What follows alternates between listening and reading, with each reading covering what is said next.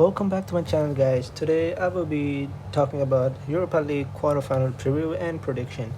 So my last video, out of 8 games, I got 7 of the winner correct. So yeah,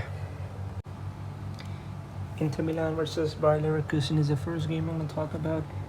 Inter Milan won convincingly against Getafe, even though at one stage it looks like Getafe might actually score the equalizer. But I think they were lucky enough that Christian Eriksen sub in and he scored a second goal, and which make them sit in a comfortable position. In terms of defensively, Bayern, Inter Milan do have a little bit of issue, especially the second half of the season. Their defenders sometimes do fall asleep during the game, so that is the only thing that they should be worried about, I think, Inter Milan. The striker are doing fantastic job. Lukaku scored one of the goal against Getafe, and then Martinez is a young dude who is very active, showing his energy, trying to find a way to score a goal. So, like these two, the main striker are performing well and they are in good form.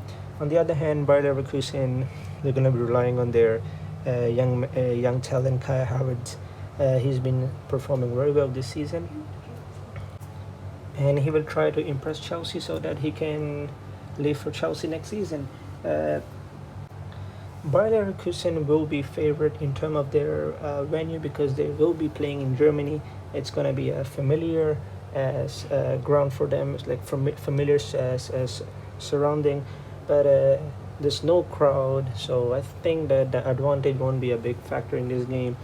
So whatever happens this game, I think Inter Milan will be the favorite to win this game, and I think they will win this game with a scoreline of 2-1. The next game I'm going to talk about is Manchester United versus Copenhagen. This is for sure a game that Manchester United have to win no matter what. I think there's a very little chance for Copenhagen to win this game. Manchester United did rest most of their player last game against Lask, so I'm sure that most of them, actually all of them, should come back for this game because they will need some match fitness for the semi-final clash with Sevilla or Wolves. So since Bruno Fernandes came to Manchester United, they are a different side, and I think they will be too strong for Copenhagen. It was their surprise win for me, I would say, against Istanbul, and I don't think they can threat Manchester United in any way because Manchester United class is much better than them. Even though in terms of defense, Manchester United do have a little bit of problem, but Copenhagen is a team that they've been struggling in their league as well, so it was a really surprise win for them. So I really don't think they can threat Manchester United in any way. So I'll be going with a 3-0 win to Manchester United. Shakhtar versus Basel is the next game I'm going to talk about. Of course, Shakhtar was a 2016 Europa semi-finalist, and Basel was 2013 Europa semi-finalist. So I think this is a great chance for one of them to go to semi-final and maybe join Inter Milan or Bayer Leverkusen. For me, I think Shakhtar will be a favorite for this game because Shakhtar are performing well in their league as well. They are unbeaten since I think March. Of course, the lockdown was included, and Basel did lose 3 games after a restart. So I think Shakhtar form line also look very strong, and we know that Shakhtar do have some quality in their side.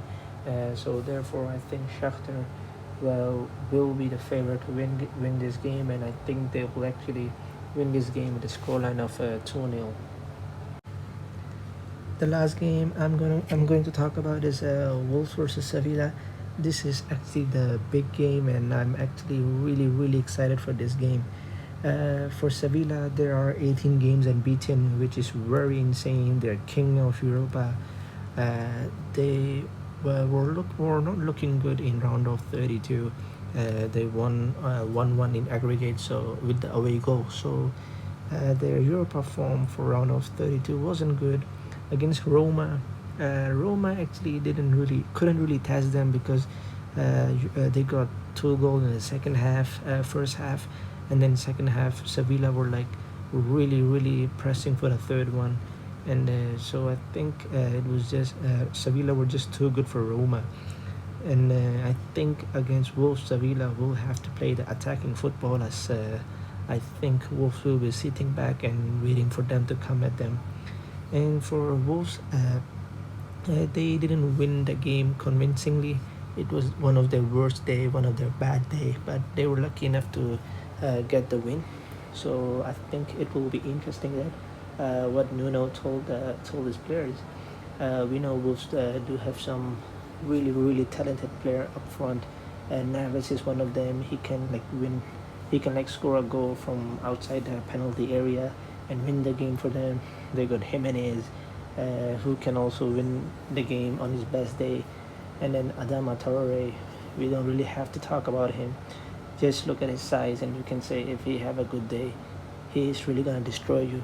So like these three match winners I think is gonna be a key for Wolves. I think this is actually going to be a very tough game. I really don't know how will the game plan out as sometimes Sevilla do like to sit back. Wolves is also known as a side that like to sit back, and we know that if opponents score against Wolves, Wolves can be very scary attacking side. So I really don't know how will the game shape up. I really don't know who to choose that who's gonna win this game. I did ask my few friends for the advice, and at the end I've gone with Wolves, and I think Wolves will actually spoil the party for Sevilla, and I think they will meet Manchester United in semi-final. This is actually kind of a big call, but I really don't know who to choose. I'm going for Wolves because they are performing very well this season as well. Sevilla, with all the respect that they have, 18 games unbeaten, it is very insane, but I think that Wolves might actually spoil the party and they will win with the scoreline of 2-1. Share your prediction in the comment section as well, and please give a big thumbs up to this video, and please subscribe to my channel, and stay tuned for my Champions League quarterfinal prediction and preview.